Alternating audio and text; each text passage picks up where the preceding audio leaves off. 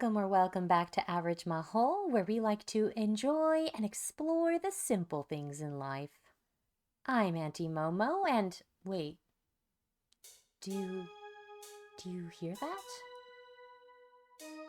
Can you hear that?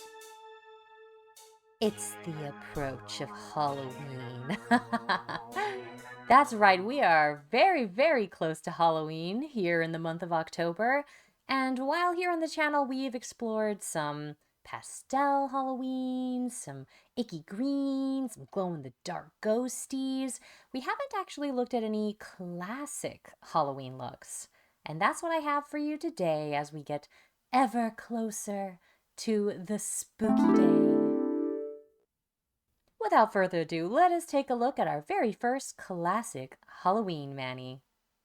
This very first mani features bright Halloween orange, white, and black with some harlequin diamonds and little black bats with some retro stars. The stunning orange sparkly base is Lumen's All Hallows Eve. I mean, you couldn't ask for a more perfect name. The stamping plate I used is CAD's Halloween 008. It came with this really cool French tip, half French tip Harlequin diamond wave thing, and I thought that was just really cute and it gave off a really retro vibe, so I went with it. And thus, this retro baddie mani was born. All Hallows Eve by Lumen is just breathtaking, especially in the sun where those glitters can catch the light. And that was the first classic Halloween mani. Super cute, right? So I had to look up what those diamond checker patterns are called, and I think they're called Harlequin, which I think is really cute. It's either that or Argyle, but when I think of Argyle, I usually think of the diamond print with like little check dash marks on them. I don't know how to describe it, but I feel like Argyle comes with those little lines, but I'm not a pattern expert, so I'm just gonna go with Harlequin because I think it's cute. Anyway, I've got two outfits to share with you for this spooky retro mani, and each outfit features one item that is handmade. Let's take a look at the first one. Here we are with the first outfit, and I look like I emerged from a pumpkin patch. I've got a skirt all made of corduroy over a handmade blouse. This perfectly pumpkin corduroy skirt all was thrifted in Japan. It's by W Closet Wares Incorporated. Obviously, it matches the orange retro mani. And it's corduroy, but not too thick, so it's still comfortable to wear even in the heat. Underneath this lovely skirt all, I wore a blouse that I made by hand. It was my first time doing a collared button down. It didn't come out perfect, but I love this pattern. And you can't tell too well, but the buttons are little skulls.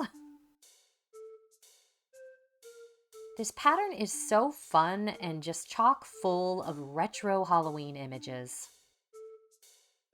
I paired off this outfit with some bright orange socks to match the pumpkin skirt all dress and my taupe sneakers. Cozy and ready for everything Halloween has to bring. And that was outfit number one. It was a really big challenge to make a button-down blouse for the first time, and then I added on top of that the challenge of having a collared blouse, which I'd never done before. It didn't turn out perfectly, but that's kind of why I wore it underneath the skirt all so you couldn't see all the mistakes I made. It's a good layering piece, and I will continue to wear it. That's the thing about making things by hand. They don't always turn out perfectly, but honestly, most people aren't looking that closely at your clothes anyway, right? So I enjoyed making it. I will enjoy wearing it. And let's check out something else I made with outfit number two. Outfit number two is a blouse and skirt combo in this twirly skirt that I made by hand in this wonderful retro fabric that matches the mani, I think, to a T. They've both got retro bats and these retro little stars.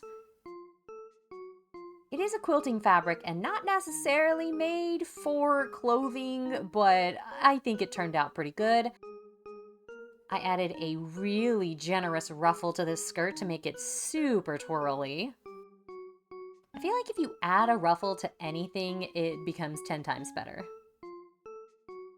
If I wear a batty skirt, I have to wear some batty socks. And I paired them with my favorite black leather loafers. The top is a basic black t-shirt, but it's got some little stripes and detailed texture to it that I think elevates it a bit. And that was outfit number 2.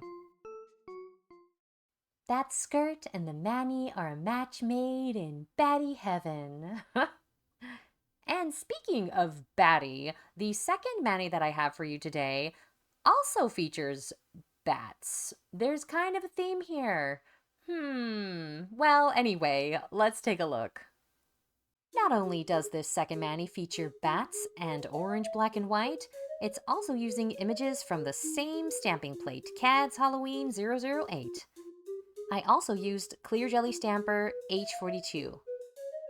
This cute polka dotty bat mani features Essie's Risk Takers Only, which is that wonderful punchy orange red, as well as Sally Hansen's Black Heart on the accent nails. I have had this same bottle of Sally Hansen's Black Heart since I was in middle school, which was a terrifying number of years ago, and it has never run out. I think it's actually magic. I love how simple but retro and cute this mani turned out. And that's mani number 2. That CAD's nail art plate is really, really small. All of their plates, from what I know of, are just, they're like a couple inches across and they're square shaped. It's very small, but it's jam-packed with little images. And it goes to show that you don't need a ton of stamping plates to be able to have fun and use them in versatile ways. That's enough chit-chat for me. Let's take a look at the 3 outfits plus 1 bonus thing at the end. You'll have to keep watching to see what that is. The first outfit features this flowy, sort of tent-like dress. It was thrifted from H&M. The color of this dress is a dead ringer for this mani's orange. And there's even little polka dotted details to the fabric that matches the polka dots of the nails. For extra modesty and color contrast, I wear a little black lacy camisole underneath. This dress was held up with some interesting sort of elasticated straps. The tiers of this dress make it really twirly, and again, I love this textured fabric. The dress has some funky little tassels on the sleeves. For my feet, I wore some comfy sneakers and those batty socks again. I must be head to toe Halloween or I perish. And that was outfit number 1. When I tried that dress on at the thrift store, I really loved it, but then when I kept wearing it, I just feel like it's kind of tent-like in a non-comfortable way. I don't know, I feel like I'm gonna be blown away with the wind in that dress. So my plan is to convert it into a skirt because I think I'd get a lot more wear out of it that way. We'll see. It should be a simple enough alteration because, again, the dress is basically yards of fabric with no shape. So, yeah, I'm hoping it'll be an easy change. Maybe add some elastic waistband or something like that. I don't know. We'll see. I will show you if I do change it. It's not like I have a humongous pile and also a cabinet full of things that I need to adjust and alter in DIY. No, that couldn't be me. Maybe the scariest thing this Halloween is my humongous never-ending pile of DIY stuff. Anyway, let's take a look at the second outfit. We're going for a more business casual look with a repeat of my handmade batty skirt and a button-down blouse by Collective, rest in peace. It's super wrinkly because I take my videos and pictures after work, so sorry if there's always a bunch of wrinkles. If the first Manny matched this skirt, I think the second Manny is an even more perfect match with these bright, punchy oranges. I definitely had this skirt in mind when I did both of these Mannies. I love this pattern. This white button-down blouse is very simple, but it's got these fancy little decorated buttons and some gathering up at the top. I wore some black ankle socks with my black leather loafers, and that was the outfit number 2. For outfit number 3, I wore one of my favorite thrifted dresses, and it's by Liz Claiborne. The red of this is a little bit more red and less orange, but I feel like it's still a really good match to the Manny. This silky, pretty fabric also has a polka dotted floral print to it, which matches the Manny again. There's one fancy black button at the top of this dress and a fake little pocket at the top. The dress surprisingly has pockets, and I cinched it at the waist with a thrifted black leather belt.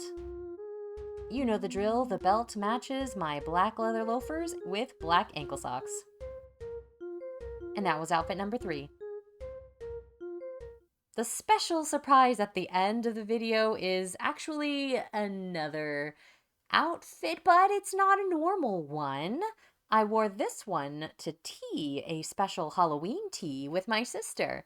I went for a full-on witchy look, and she went for more like a good witch, maybe Glinda look. Without further ado, let's go to tea. When I said I dressed like a witch, I dressed like a witch in this vintage black après-midi dress. The top has a sharp V-neck and this polka-dotted velvet glitter fabric. The polka dots do match the Manny. I wore some celestial jewelry to hammer in that witchy look. The dress has fabulous puffy sleeves, a V-shaped peplum, and a satiny skirt. I wore very witchy, pointed black leather shoes and black socks. I also paired it off with some lacy black gloves. Here you see me toasting a blood red juice at the tea party with my pretty moon and star belt. Here's just some shots of the food. It wasn't really Halloween themed other than this blood red juice, but it was still fun. And here you have a wicked witch and a good witch toasting over a Halloween meal. Good times, good times. It really was a good time. I love afternoon tea, I love Halloween stuff, and I love hanging out with my sister. But those are all the classic Halloween Mannies and outfits that I have for you today. If you enjoyed them, I hope you'll consider subscribing, leaving a like or a comment, and checking out another video. I will be doing more Manny and outfit combo videos in the future, so stay tuned. Thanks so much for watching, and I'll see you in another one. Bye! But what's really batty is that I have another Manny for you. That wasn't a really good segue. I can't think of a way to segue to the second Manny.